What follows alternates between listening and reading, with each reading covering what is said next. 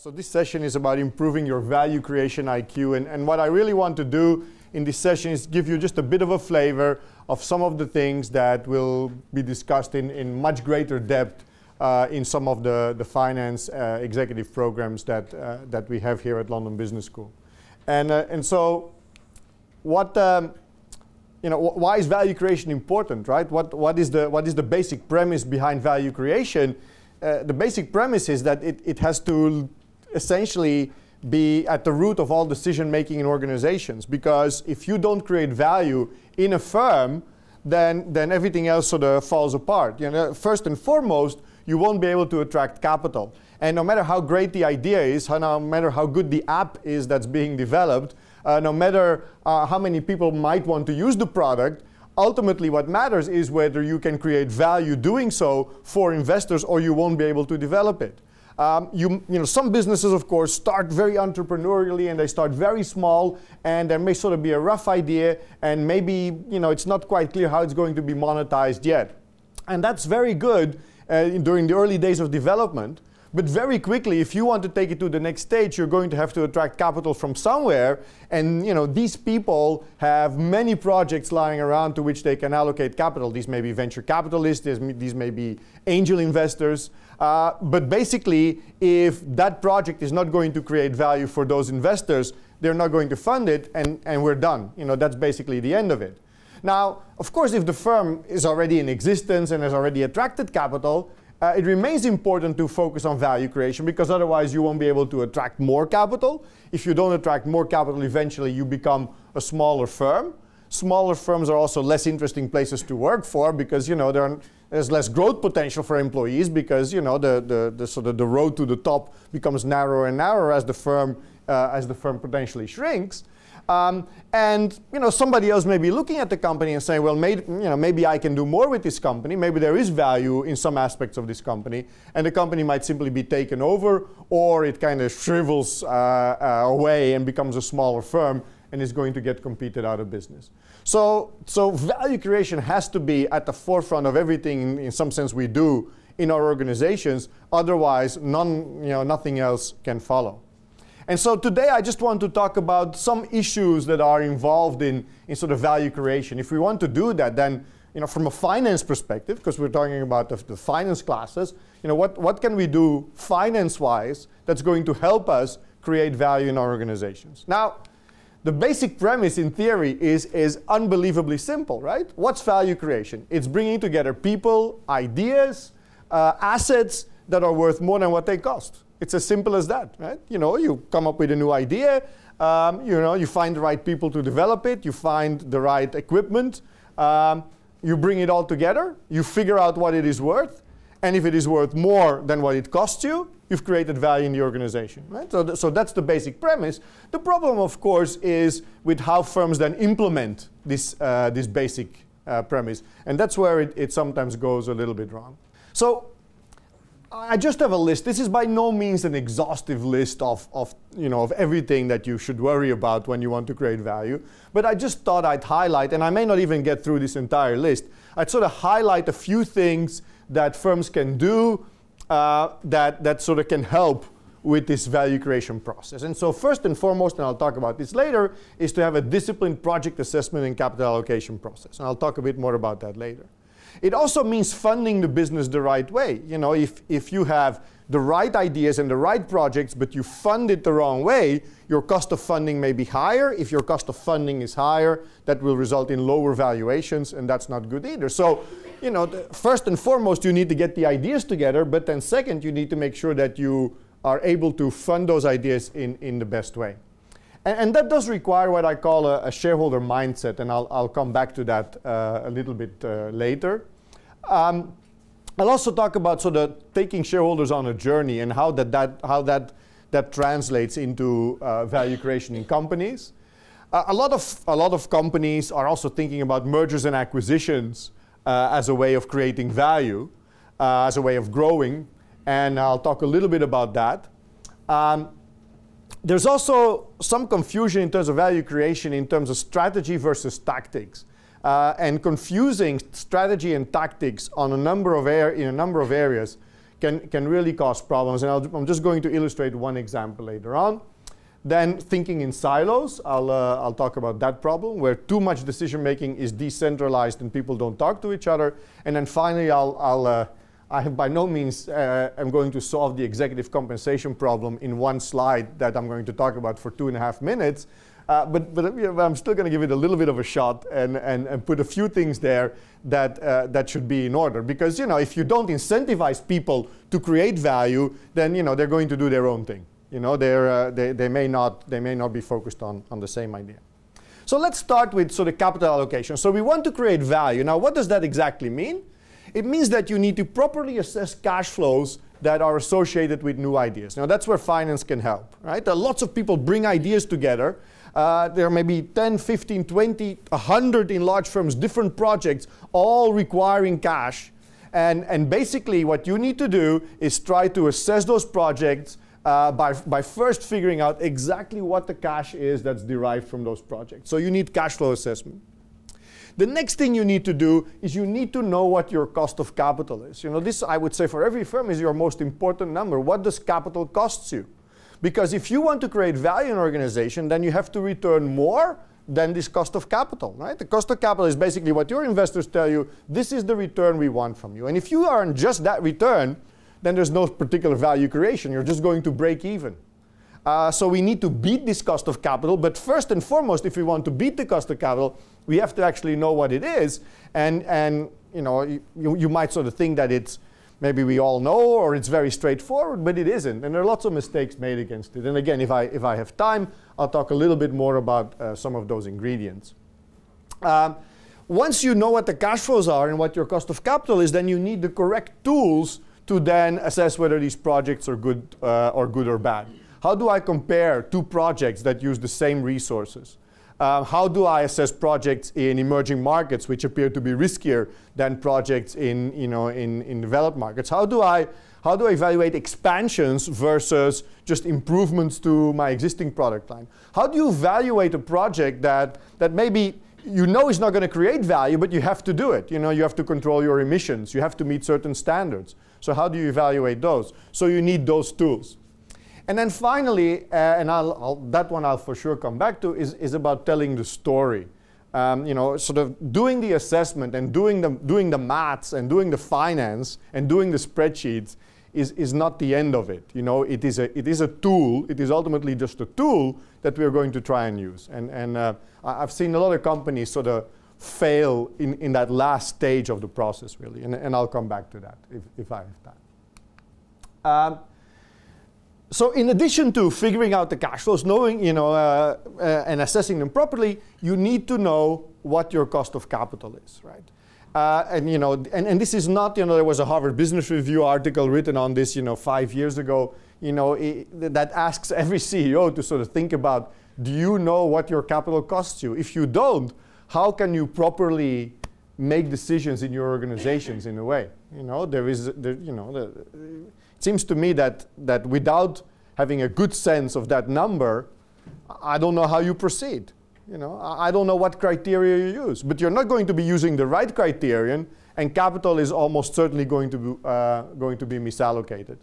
So if you don't know what it is, or you're going to use the wrong tools to compute it, the whole process really becomes a shambles, right? You can have fantastic ideas that are being generated in the organization, and you can put them all in a fine spreadsheet and you can compare them. But then what do you do?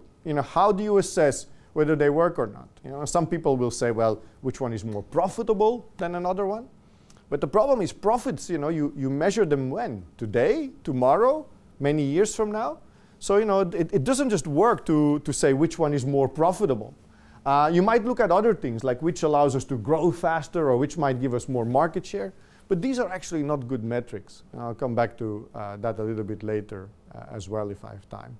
And so ultimately, if you want to put them all along the same line and be able to compare them, you need to say, do they beat my cost of capital, and how much do they beat my cost of capital by? And those that beat my cost of capital by the most are the ones that should get capital first. And then you simply rank them up to the point where you're at a marginal project that just doesn't beat the cost of capital. And then if you have enough resources, then you can take all those projects that beat the cost of capital. Now, a lot of organizations, of course, don't have enough resources to invest in all the projects that beat their cost of capital. There are other constraints. They may be managerial, maybe your time. You know, you may have many great projects, but you can't find the people to manage it all. And so then again, you need tools to figure out how to pick the best ones. Now, you might say to pick the best ones, it's simple. I'm just going to rank them, and those that beat their cost of capital the most, I'm going to pick first, and then I'm going to move on to the second and third and fourth. But it doesn't work that way, because that's a very static view of the world. You know, if you pick your 3 or 4 best projects this year, you know, maybe those are projects that require further investment next year, that have a very long time horizon. And next year, you know, you're again faced with a big capital budget, but you know, you don't have any cash inflows yet from those earlier projects. So if you properly want to assess which projects to take, you need to take a dynamic view. And these are not, you know, these are not simple problems, right? But so that's absolutely key. Now, the other thing that I have seen many companies sin against when they do cost of capital is what I call fudge factors, right? You have your cost of capital, and then that is your required rate of return. That is the rate of return that your investors want from you. Not more, not less. Right? But many companies then do something with that. You know, I worked with one German company, they doubled it. They took their cost of capital and they simply doubled it as a required rate of return. Now, if you do that, you've lost the plot at stage 1, right? If you really do everything else correctly, and you have a massively high cost of capital, very few investments are actually going to meet your hurdle.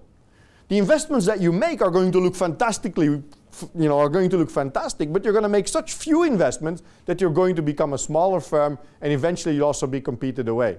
Because there are a number of projects that you're simply not taking if you add these fudge factors. You're actually going to underinvest. And that's simply not a healthy situation. Now, most companies can simply not deliver a required rate of return on a lot of investments. They cannot deliver a rate of return twice as high as their cost of capital. So how do the companies do this? How did this particular company do it? Well, it made everything else look way more optimistic than it really was.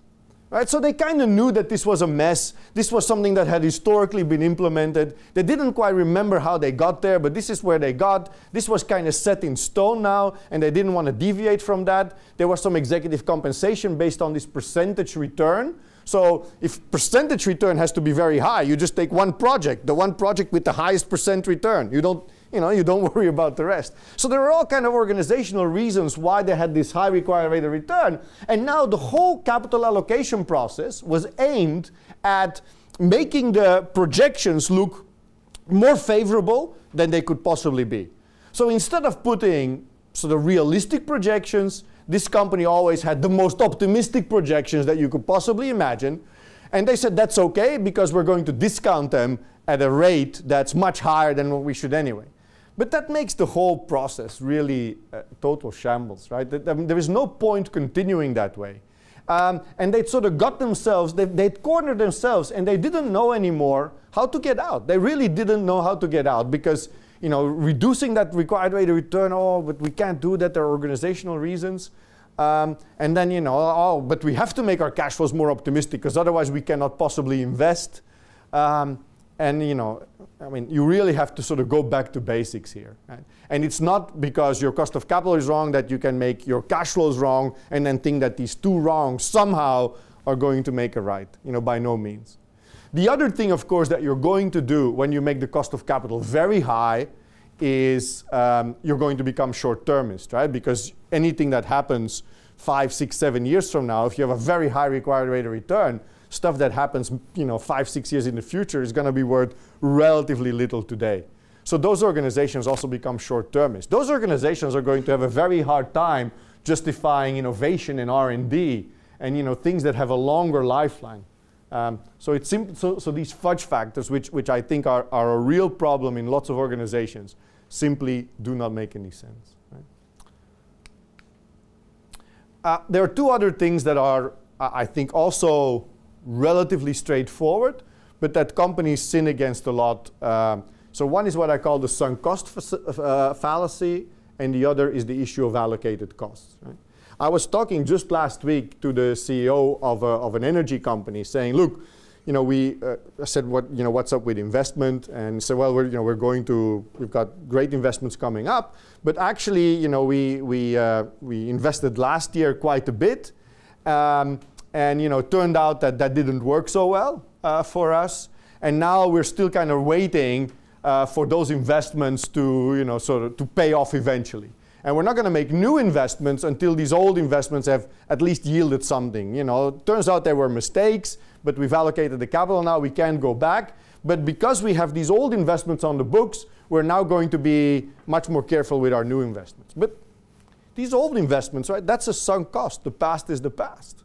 Right? And whether you spend 100 million last year or 10 million last year on investments, you have to look forward. Look at the new investment projects that are being that are up for evaluation and take those. So, you know, we have to get out of this sunk cost fallacy issue. You know, why is it there? You know, I mean, I can tell you here, don't worry about, you know, expenses that you made last year or the year before. Why is it still there? It's still there because it gets carried through in executive compensation to some extent. Sometimes companies evaluate projects not based on what is going to happen in the past, but in the future, but they also go look back in the past, and then there is an issue with reward systems. You know?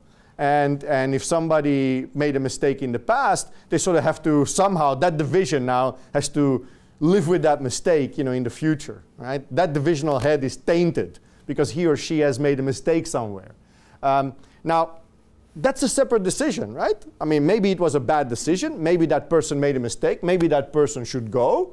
But that doesn't mean that you should now hold that whole division hostage to a mistake that was made in the past. But again, very often you see that.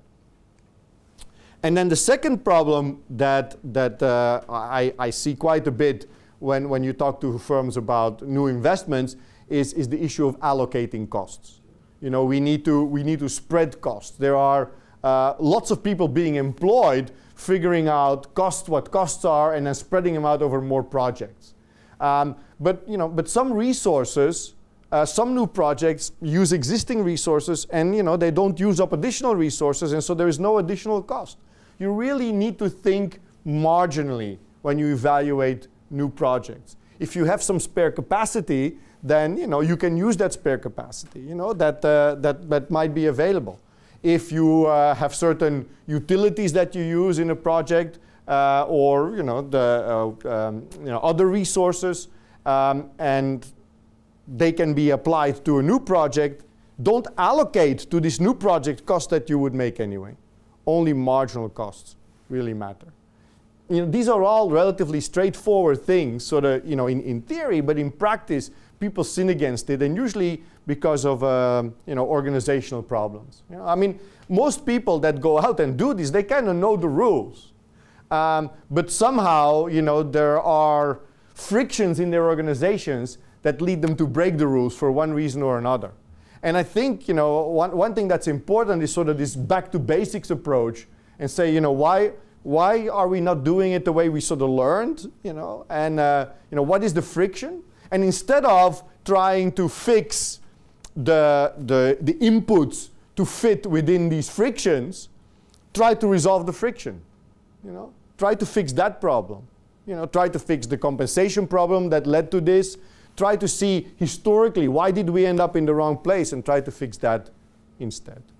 So the next one is a simple idea, but so it has to do with outsourcing in a way, and I sometimes think we've kind of taken outsourcing too far. You know, we've outsourced lots of things to lower cost countries, lots of production, you know, maybe you know, lots of call centers. You know, many things have been outsourced, but we've taken this a step too far by also outsourcing decision making. So people almost don't want to take responsibility for a decision anymore, and so who's making the decision? Well, it's the spreadsheet. See, the spreadsheet is the one that's making the decision. You know, whether a project is good or not, I didn't decide whether a project was good or not. I put all the numbers in a spreadsheet, and the spreadsheet told me whether this project was worth more than what it cost. And so, you know, if it turns out to be wrong, then I'll fire the spreadsheet. You know, then we just need to get rid of the spreadsheet. Now, I mean, you know, I'm not 100% serious, but I'm actually 95% serious on a lot of these things. Because in a lot of organizations now, when a decision needs to be made, you know, the first question that people ask is, you know, is there a spreadsheet for this? You know, has somebody, you know, I don't want to make this decision, you know. Somebody 5-6 years ago may have developed some spreadsheet, you know, there may be cells nobody knows anymore exactly what they're for, but we're still using it. And you know, it only leads to problems. And so why do I call this section telling the story? You know, if there is a new idea, a new project, something that wants to happen in the organization, of course, you know, I'm a finance person, so of course you need to do the numbers, right? Of course you need to assess what the cash flow projections are that are associated with this project. Of course you need to do the valuation. But then, first and foremost, what you need is somebody in words to actually explain why this project is worth more than what it costs. And the explanation cannot be, well, I put, you know, this number in cell C1, and if I discount that, then I get this high valuation. It has to be, you know, this is a good idea, this is the market for this product. You know, why are we first? Why did the competition not see this? What resources do we have in our organization that allows us to do this? Because otherwise, the spreadsheet and the reality are just going to be, you know, completely different from each other. Somebody needs to tell the story, explain why the value is there. And that's hopefully also the person who's going to make it happen, you know, because without the people, you know, you just have a spreadsheet, and a spreadsheet doesn't create value. You know, ultimately you need the people there that are, you know, that are going to deliver on what's in the spreadsheet. But of course, you can't tell the story without the spreadsheet because you have no basis for conversation.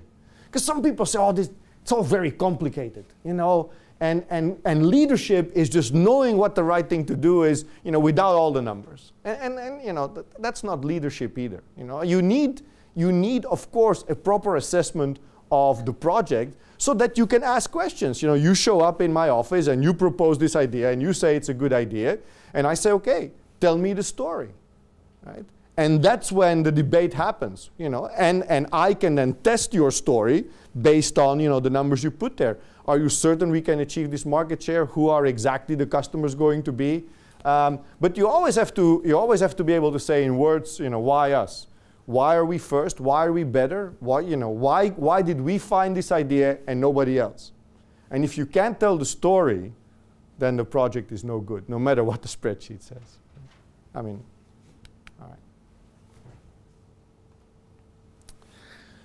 Now, you can then create a lot of value by doing this right and take the right projects. Find projects that are worth more than what they cost. But of course, another way of creating value is to work on the cost part. And that's really a place where finance can add a lot of value. Right? Because if you fund your business in the wrong way, then, you know, and I tell this to a lot of managers. I say, look, you make your money on the asset side, right? You make your money by bringing together people, ideas, assets that are worth worth more than what they cost. You make the value on the asset side, but you kind of lose the value by funding the business in the wrong way. And if you fund business in the wrong way, that may mean your cost of capital is too high. And if your cost of capital is too high, then of course, you know, you also have a reduction in value. Right? So you need to get the cost of capital right now. And then what does that mean? Well, I mean, there are sort of two aspects, and one usually gets a lot less attention than the other, right? So the first thing you need to worry about is, am I using the right mix of debt and equity to fund my business? You know, and it's actually a very tough question, but it's something that needs to be addressed head on, right? I mean, how much of my own money should I use, and how much of borrowed money should I use? And the mindsets there are I think very wrong. You know, a lot of people. A lot of companies still think about borrowing the way you and I maybe think about a mortgage. You know, why do we borrow? Probably because we don't have the money. Right? So we don't have the money. We need to buy a house, so we borrow some money. But the whole goal of borrowing, and you know, how do we do our financial planning as a household, is we say, well, we want to pay it off, right? This is a 15 or 20-year loan, and every month we've got to pay a certain amount. But so that the goal of borrowing is to allow us to do something that we couldn't finance, and then to sort of get rid of it as soon as we can, I guess, or over a certain period of time, and then we're free of debt, because that's a good thing. And that's a very bad attitude to have as a corporation. It may be a very good attitude to have as an individual, but it is a very bad attitude to have as a corporation.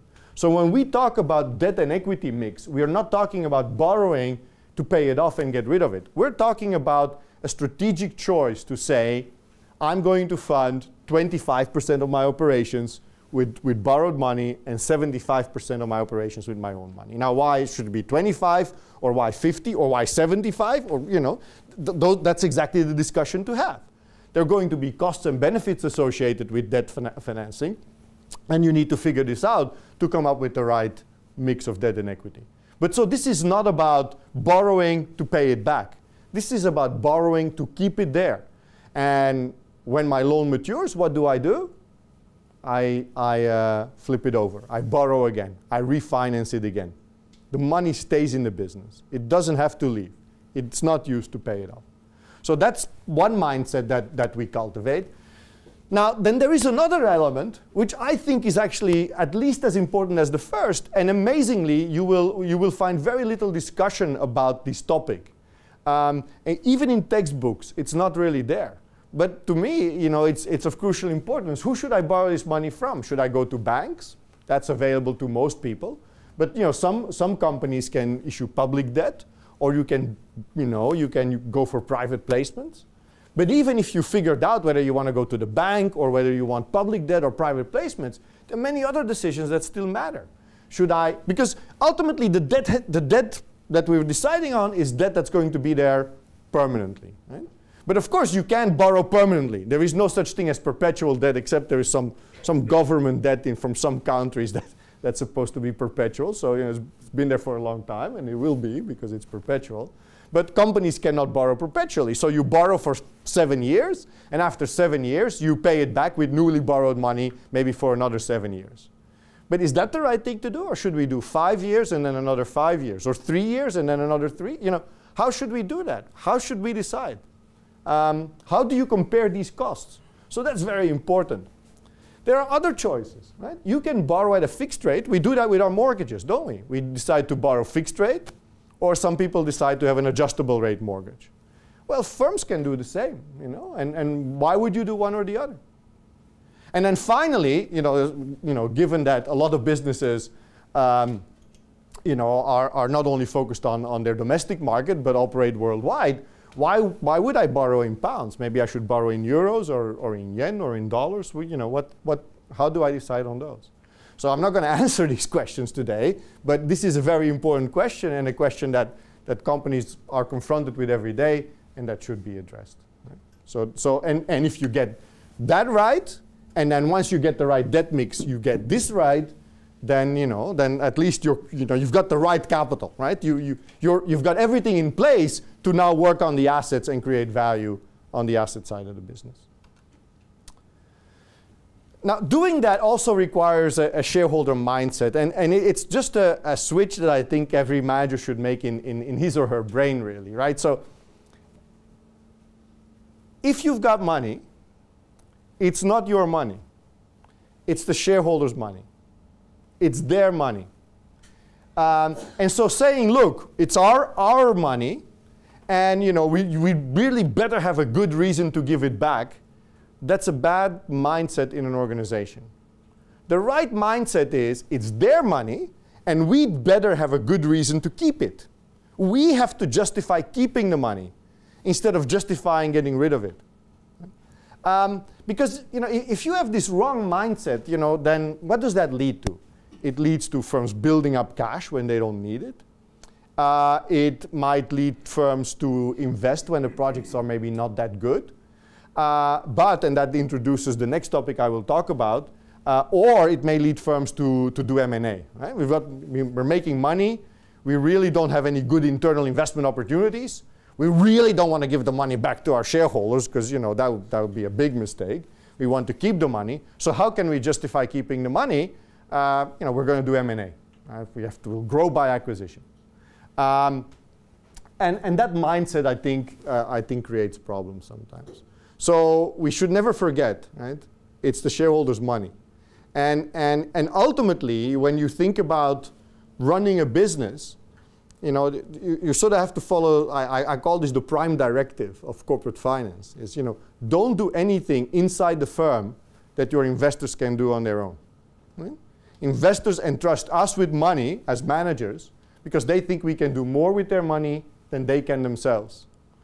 And the day you can no longer do that, you have to give it back to them, right? Because your job is finished in some sense.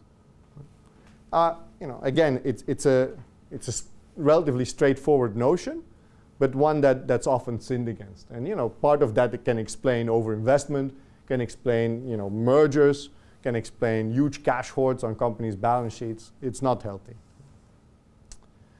Now, you know, you might sort of think, wait a minute, you know, this is a little bit of an outdated view of the world. You know, this is the view of the world that people were talking about maybe, you know, 10 or 20 or 30 years ago, saying, you know, the shareholder is prime and we should worry about our shareholders. What about sort of, you know, stakeholder view of the firm? You know, shouldn't we care about our employees, about the community, about the environment, about human rights? Shouldn't we worry about the broader ecosystem? And who said that the firm should sort of care about shareholders and you know, treat everybody else poorly? Now, I very much, you know, I very much disagree with the point that my view is an old view. I mean, I think the shareholder is prime, but I don't know of any company that does well for its shareholders by treating everybody else poorly. You know, of course, you need to worry about your stakeholders. If you care about making money for your investors, you're not going to do that with unhappy employees.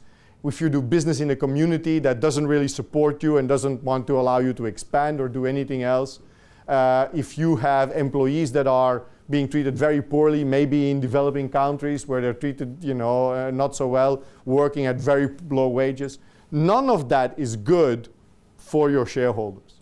And so, of course, you need stakeholder buy-in to do all that. And, you know, there's a lot of research that suggests that if you do well for your stakeholders, you know, that's the only way to do well for your shareholders. Right? And, you know, I and lots of my colleagues at London Business School are studying corporate social responsibility and seeing how can corporate social responsibility be used to enhance value for shareholders. Right? But then when you think about it, there is no reason why we should treat CSR any differently from other investments. Why should we think about a CSR investment differently from building new factories or from doing new R&D? You know, a factory is an investment in physical capital. R&D, you know, is an investment in innovation. CSR very often is what I call an investment in social capital. You know, it's a source of capital that we've often forgotten in the firm. You know, we sort of think about, you know, the old economics textbook. You bring together capital and labor and you have the firm. But, you know, but of course, there is a whole ecosystem behind it. And, you know, we call this social capital, the social capital of an organization. And, you know, I've you know, been working on this for a long time. And sort of, for example, one thing that you found is that those organizations that had a stronger social capital did much better during the financial crisis, for example, than firms that didn't have this. After controlling for all the financial stuff, right? So after controlling for the fact that firms, you know, if you entered the crisis with more cash and with less debt, of course you did better during the crisis. But if you take all these factors into account, those firms that had built up more social capital also did better. Because people were, you know, the firm had taken care of them, and now during the crisis, it was a difficult time, but now they were going to take care of the company. But, you know, you should try to see CSR decisions as any other decision. Now, some people say, oh, but it's very hard to figure out, you know, what CSR really brings to me. It's very hard to assess. And I don't disagree with that. I think it is very difficult to assess. But, you know, there should be no cop-out. You know, some investments are hard to assess. R&D is also difficult to assess. Firms do it. Advertising, the effectiveness of advertising is sometimes very difficult to assess, and we do it. Well, we shouldn't sort of say CSR is different.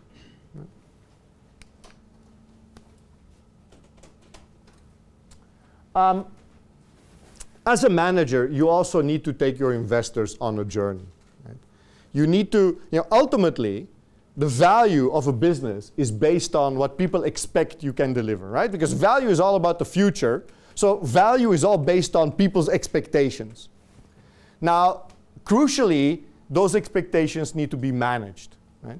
And the job of a manager, and of course, the more senior you get in an organization, the more important that becomes, is to be outward-looking, particularly if you're a listed firm, and talk to your investors directly or through the media and explain the journey. Explain how you're going to take them on this path, towards value creation, right? And it is very important that you manage those expectations so that more or less broadly you can deliver on those expectations. Now, we have sometimes a tendency, right, when we talk to superiors or to talk to other people in an organization to maybe hold a little bit back, right, because we want to have like this positive surprise.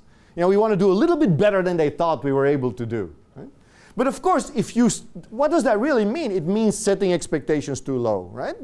Because I want people to be surprised, so I'm going to set expectations too low. But if you do that with your investors, that's going to depress your value. And if your value is depressed, I'm not saying, so you're undervalued, I'm not saying that you will immediately be taken over, but of course it's bad for morale if the value of the organization doesn't reflect what the organization really can do, and eventually it may well lead to takeovers, but if nothing else, it will become a smaller firm that gets competed away. But we should also not overpromise if we cannot deliver. Because you might say, well, if our shareholders are prime, if we're trying to create value, why not promise the world? We're going to do great things. We're not going to deliver, but here is what we're going to do. Believe me. What are you going to get? You're basically setting the organization up for failure, right? Because you are creating expectations in the minds of investors and analysts and the media. You're creating expectations that you cannot deliver upon. Now, of course, in the short run, we're going to talk about incentives later. In the short run, that may look good because it will lead to a higher share price that people can cash out on, and is maybe good for people who leave. But the people who stay are not going to be particularly happy. So, we should manage this, and you should try to make sure that this of course doesn't work on a daily basis.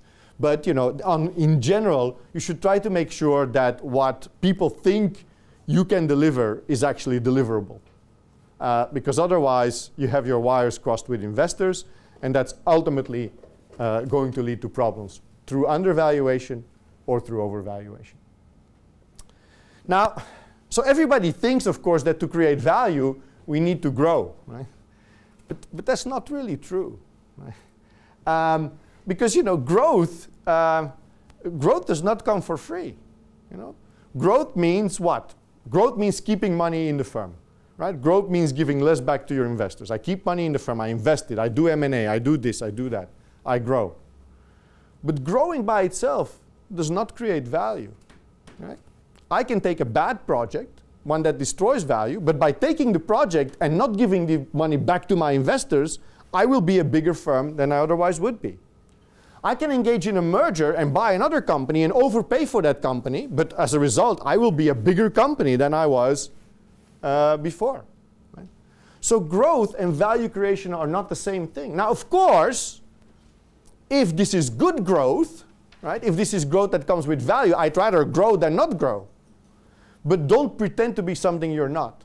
If the growth is no longer there, then sort of we should face the reality, and we should not pretend to have opportunities and to grow when we really cannot deliver on it. It's better to say, no, we cannot do this. I have money. I cannot invest it properly. Remember, it's their money. Give it back. Right? Now, that doesn't mean that growth is always going to create value immediately. It could be a long-term journey, and that may be okay as long as you can take the organization on that journey. It's taken Amazon a very long time to have positive cash flows, but they invested massively in growth, but with the idea that eventually that growth will allow me to create a lot of value, and investors took that into account a long time ago. the same story works for Uber. They're not making any money. Tesla is not making any money. Does that mean that these companies are all crazy by investing in growth? Well, their view, hopefully, is that that growth eventually, of course, will come with a lot of cash flows. That doesn't need to be immediate. Right? But growth in and of itself is not valuable. And so one way to grow is to do M&A, right? And M&A is really the largest reallocation of capital that you see worldwide, right? So here from 1990 to 2015, I have the number of deals, which are 50,000 M&A transactions worldwide. And then here I have the amount. And in 2016, it was about $4 trillion of M&A, right? So this is a massive reallocation of capital, right? And so, does this stuff work? Right? Well, why does M&A go wrong? Well, ultimately, M&A is just the same as any other investment decision. Can I buy a company that is worth more than what it costs me? It's as simple as that. Right? That requires, of course, a proper motivation, a proper valuation, and a very disciplined approach. Right? Because often, I think M&A is a lot of ego and not a lot of finance. And when ego takes over from finance, I think we're in trouble. And why do most takeovers fail? A lot of people talk about implementation and not realizing the synergies that were projected. Of course, that's all true. But I think a lot of takeovers fail because they are done at the wrong price.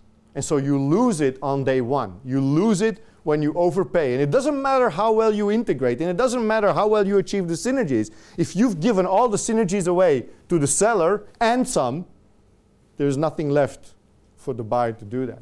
And just to give you an example, from the period 1990 to 2009, in the US alone, companies lost $341 billion of their market value. So these are listed companies in the US, of their market value on the days that they announced that they were going to do M&A. If the market thought, if investors thought that this was such a great idea, they wouldn't have taken their values down by $340 billion. And if you do surveys, it's also what people say, right? So this is a KPMG survey that was done last year where they just ask, executives, so what factors are most important to deal success. Now, valuation is not the winner. It's about 1/3 of it, I think. But I would say they're about even. Of course, you need to do the integration right. But key is getting, I would say key is valuation and the deal price. And this is really a place where finance can really provide you a lot of help. And so you get that wrong, it doesn't really matter what else you do. And so that's 2/3 of it, or just about. The rest is good luck, I would say. Positive economic conditions is just good luck, right? And then 18% is due diligence and maybe real-time data and analytics.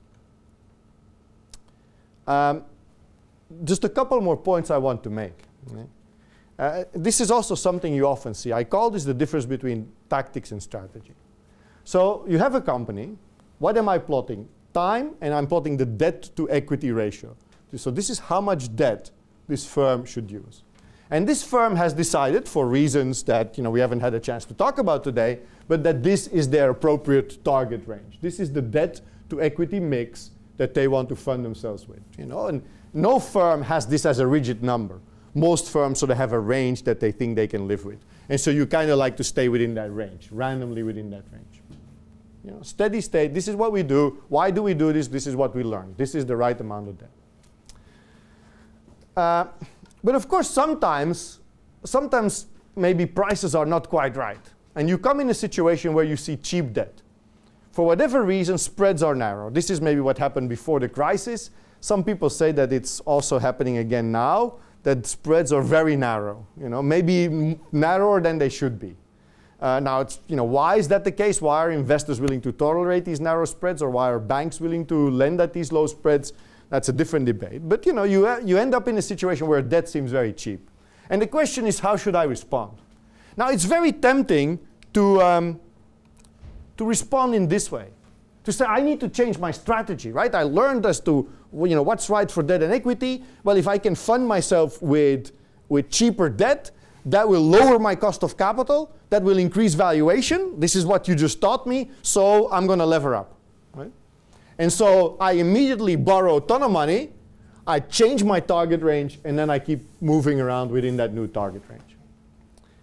and of course, it's relatively easy to see why that's a problem, because of course these eras of cheap debt don't last, and then you get to an era of expensive debt. Now you have so much debt on the balance sheet.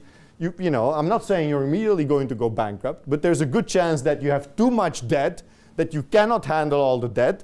Then it's easy to go from here to there. Right? It's not so easy to go from there back to here. Right? Once the debt is on the books, it's not so easy to get rid of it. And then what do? Right? I have to refinance my debt, right? I issued it for a while, I have to refinance it. Suddenly it's very expensive, or the market has shut down, for all kinds of reasons, and I'm in great trouble. And the reason this happens is because the firm got confused between what is a strategic decision and what is a tactical decision. So what is the right approach to this? The right approach is to do this, is to say, okay, that is cheap, I'll get a little bit more, right? I'll move, but this is my target range. This is where I should be, under normal circumstances. And all I'm going to do is I'm just going to push it a little bit higher. I might borrow a little bit more. It's tempting. I see all these other companies borrowing a lot more than I do. They're getting this cheap debt, and people are saying, why aren't you getting the cheap debt? You must be really silly, right? But of course, you got to tell the story. That's again about taking people on the journey. But you got to say no, because this will not last. Finance decisions cannot be based on the fact that on a continuous basis firms can rip off, the people who lend them money. There may be periods, but it cannot last. So push it a little bit higher, and then when the expensive debt comes, right, you have time, right? You can lower your debt. You don't have to lower it a lot. You can pay off some, and you sort of go a little bit to the bottom of your range.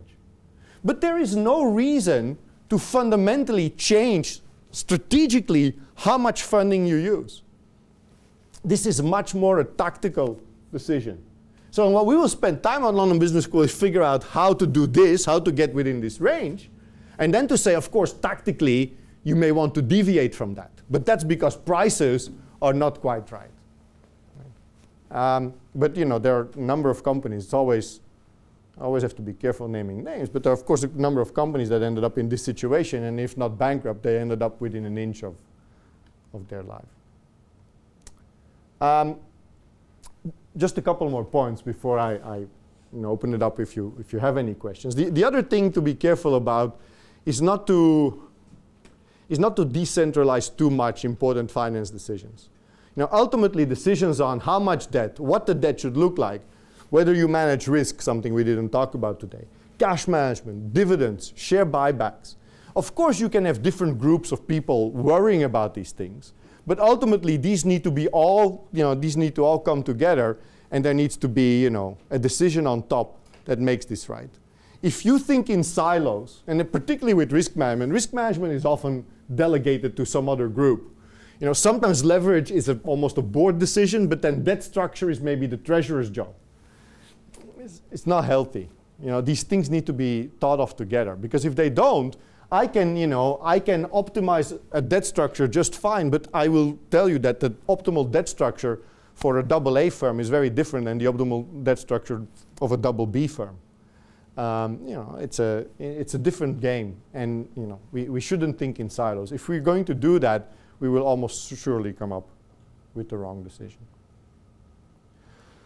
Now, so a lot of this does require proper incentives, right?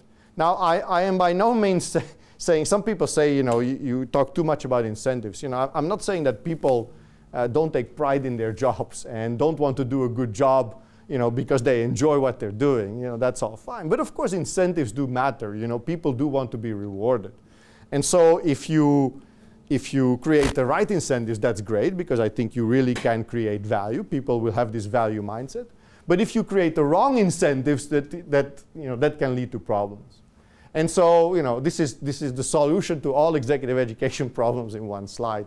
I don't want to overpromise here, because I won't be able to deliver, and I just told you don't do that.